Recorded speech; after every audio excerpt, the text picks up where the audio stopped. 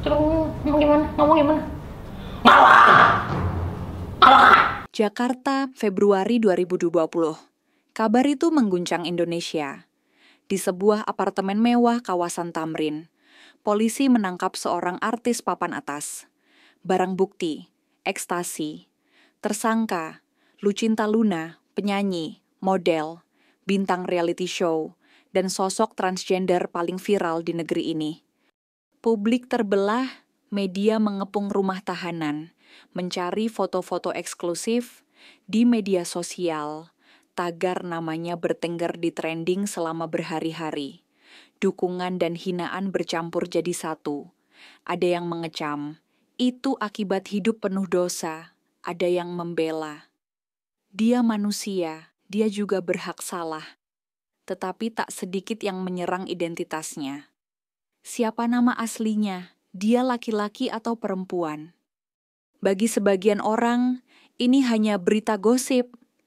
Tapi bagi Lucinta, ini adalah momen terkelam yang merobek semua topeng. Seorang penyintas perundungan, anak kampung yang bermimpi jadi bintang.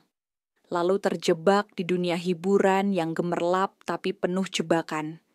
Apa yang mendorong seorang penyanyi muda yang dulu dipuja-puji hingga terperosok ke jurang narkoba? Bagaimana perjalanan hidup seorang anak yang lahir sebagai Muhammad Fattah, berubah menjadi Ailuna Putri, lalu dikenal dunia sebagai Lucinta Luna? Karena di balik gaun mewah, pesta, sensasi, dan panggung televisi, ada kisah panjang tentang penerimaan diri, pengkhianatan, luka, dan perjuangan melawan bayang-bayang masa lalu. Dan kebenaran di balik semua ini lebih gelap dari yang pernah Anda bayangkan. Lucinta Luna lahir dengan nama Muhammad Fattah di Jakarta, 16 Juni 1989. Dari kecil, Fattah sudah merasa berbeda. Di lingkungan rumah yang sederhana, di tengah keluarga dengan nilai-nilai konservatif, ia menyembunyikan siapa dirinya yang sebenarnya. Sejak SD, ia lebih senang bermain dengan anak perempuan, tertarik pada musik, menari, berdandan, tapi selalu ditekan oleh lingkungan yang tidak mau menerima perbedaan. Masa kecilnya tidak mudah. Di sekolah, Fattah jadi sasaran ejekan, bencong, banci, salah lahir. Di rumah, ia belajar memendam perasaan. Tidak ada tempat aman. Namun justru dari keterpurukan itu muncul kekuatan. Ia belajar berdiri sendiri, belajar melawan rasa malu, dan bertekad suatu hari akan diakui bukan hanya oleh keluarga, tapi juga oleh dunia. Bakat seni sudah tampak sejak remaja. Fattah belajar menari sendiri, meniru gerakan di TV, melatih suara di kamar. Saat remaja, ia mulai tampil di acara-acara kecil, lomba karaoke, pesta hajatan. Kadang dibayar kecil, kadang hanya diberi makan. Tapi bagi Fattah, panggung sekecil apapun adalah tempat ia bebas menjadi dirinya. Proses transformasi fisik pun dimulai diam-diam. Dengan tabungan sendiri, ia melakukan perawatan, operasi, hingga akhirnya muncul sebagai Ailuna Putri, identitas baru yang dia bangun dengan penuh pengorbanan. Nama ini tidak hanya simbol perubahan fisik, tapi juga kelahiran kembali. Dan di balik semua itu, ada rasa lapar yang besar, ingin diakui, ingin sukses, ingin membuktikan kepada semua orang yang pernah merendahkannya. Kesempatan emas datang saat ia membentuk Dua Bunga bersama Ratna Pandit. Duo ini langsung mencuri perhatian lewat lagu-lagu dangdut, remix yang nakal, penuh sindiran, tapi juga catchy. Penampilan mereka yang sensual dan gaya bicara belak-belakan membuat media tertarik, netizen heboh, dan undangan manggung berdatangan. Dalam sekejap, nama Lucinta Luna, panggung baru yang ia pilihi, meledak. Namun, ketenaran itu datang dengan harga yang mahal.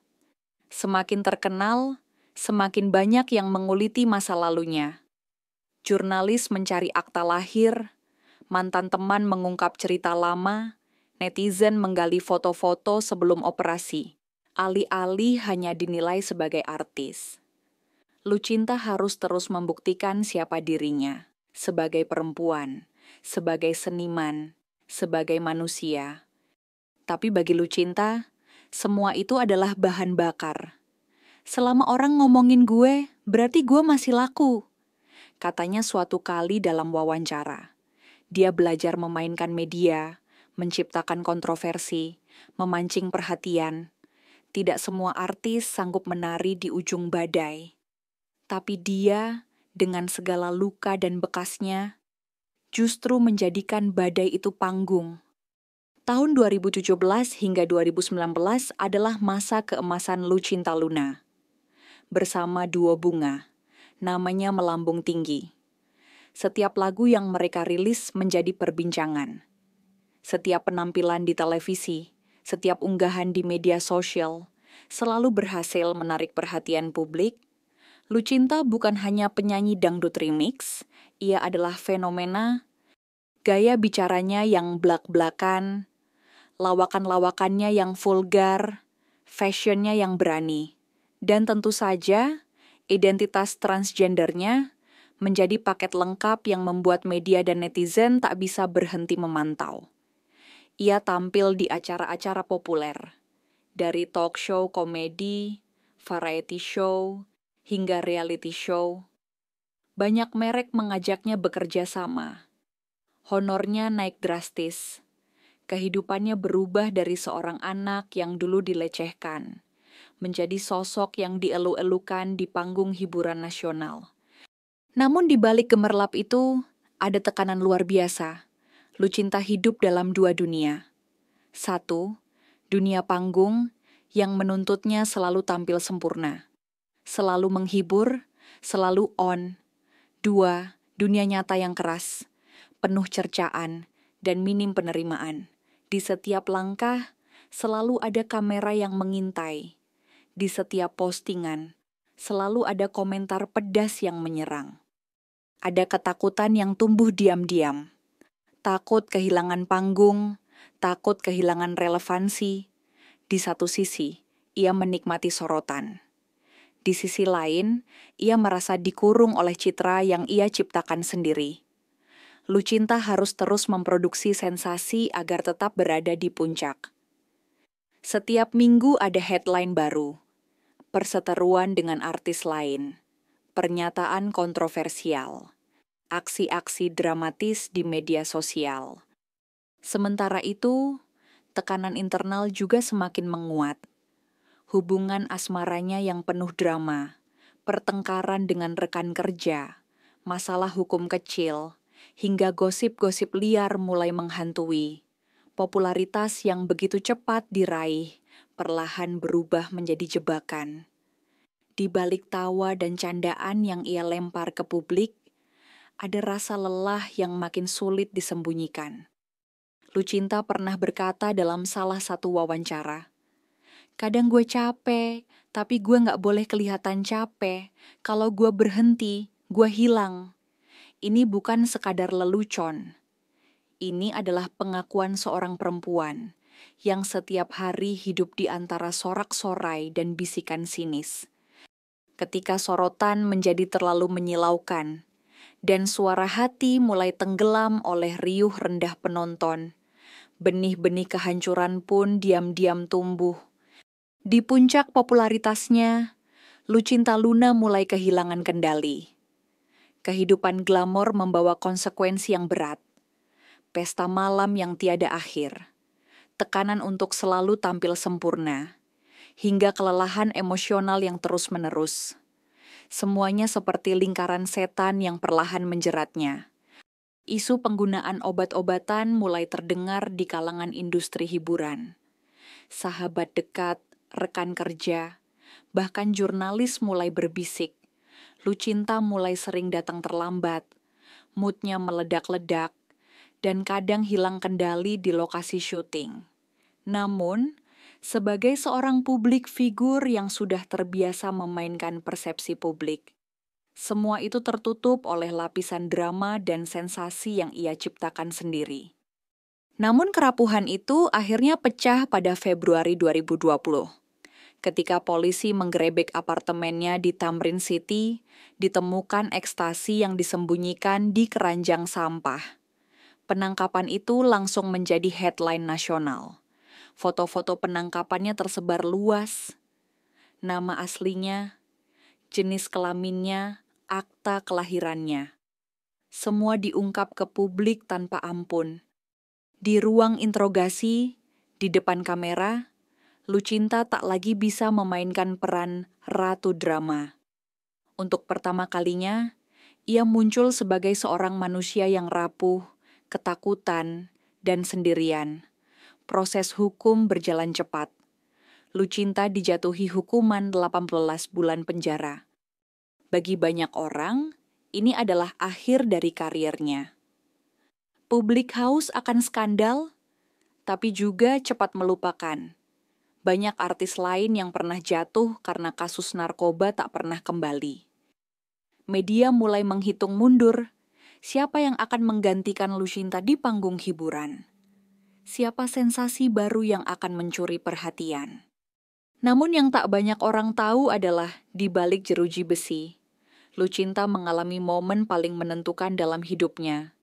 Jauh dari kamera, jauh dari spotlight, ia dipaksa menghadapi dirinya sendiri. Tanpa filter, tanpa makeup, tanpa sorak-sorai penonton. Ia pernah bercerita, di penjara, gue nggak lagi mikirin followers. Gue mikirin, gue ini siapa sebenarnya? Sementara dunia luar sibuk membicarakan kejatuhannya. Di dalam, Lucinta sedang belajar berdamai dengan dirinya, atau setidaknya mencoba. Banyak orang mengira penjara akan mematahkan Lucinta Luna, tapi yang terjadi justru sebaliknya. Di balik jeruji besi, ia belajar mengatur napas, menurunkan ego, dan bertemu dengan realitas yang lebih keras dari sekadar komentar netizen. Ia melihat perempuan-perempuan lain yang dipenjara karena kemiskinan, kekerasan, atau sekadar kesalahan kecil yang tak pernah diberi kesempatan kedua. Bagi Lucinta, momen-momen itu menjadi semacam titik balik. Ia mulai berpikir ulang, siapa dirinya tanpa panggung, tanpa makeup, tanpa selebritas? Apakah ia hanya produk sensasi? Ataukah ia punya sesuatu yang lebih dalam untuk ditawarkan kepada dunia? Tapi tentu saja, kembali keluar tidak semudah itu.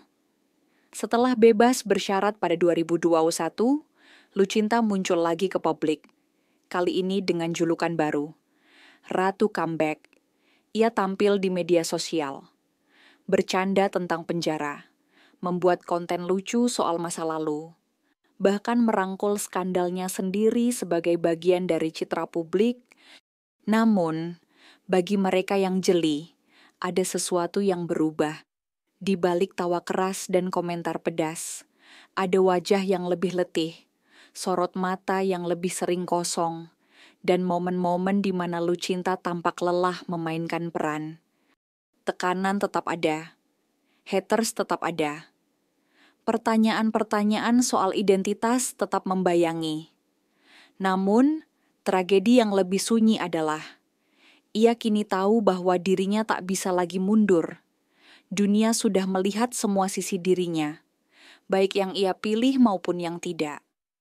Dan dari sini, satu-satunya jalan adalah terus maju, meski dengan luka yang makin dalam.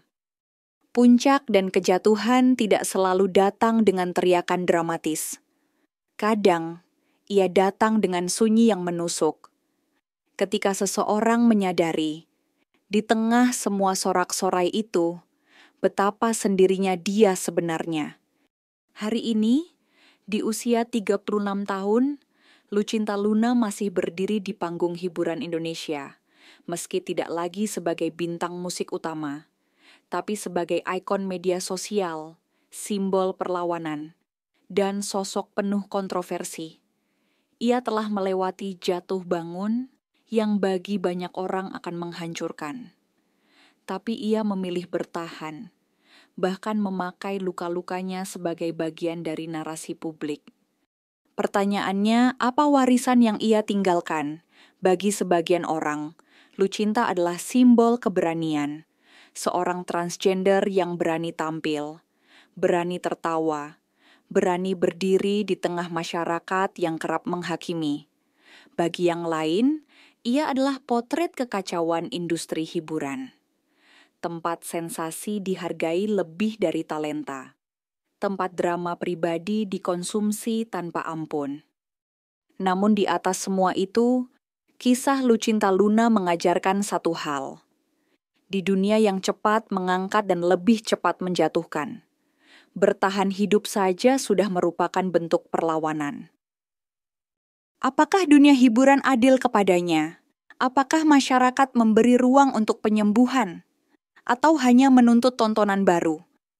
Itu pertanyaan yang mungkin hanya bisa dijawab oleh waktu dan oleh kita semua. Sebagai penonton yang diam-diam ikut menentukan siapa yang layak diteriaki dan siapa yang pantas diberi kesempatan kedua.